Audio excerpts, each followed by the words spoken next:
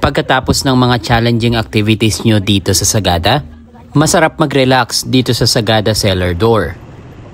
Marami ring mga turista ang nagpupunta dito kasi maliban sa ang calm ng ambience, meron silang different beer style dito na pwede mong i-enjoy habang nasa harap ka ng campfire at nagmumuni-muni.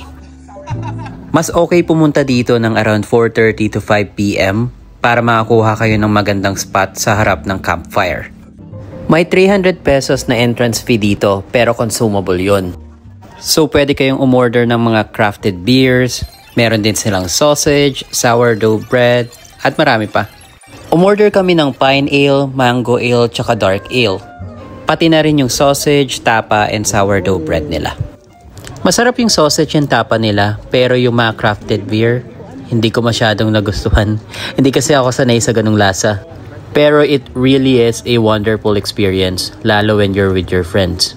Tapos meron din silang dog na super friendly and accommodating to everyone. Hindi namin alam yung name niya, pero tinatawag namin siyang Pogs.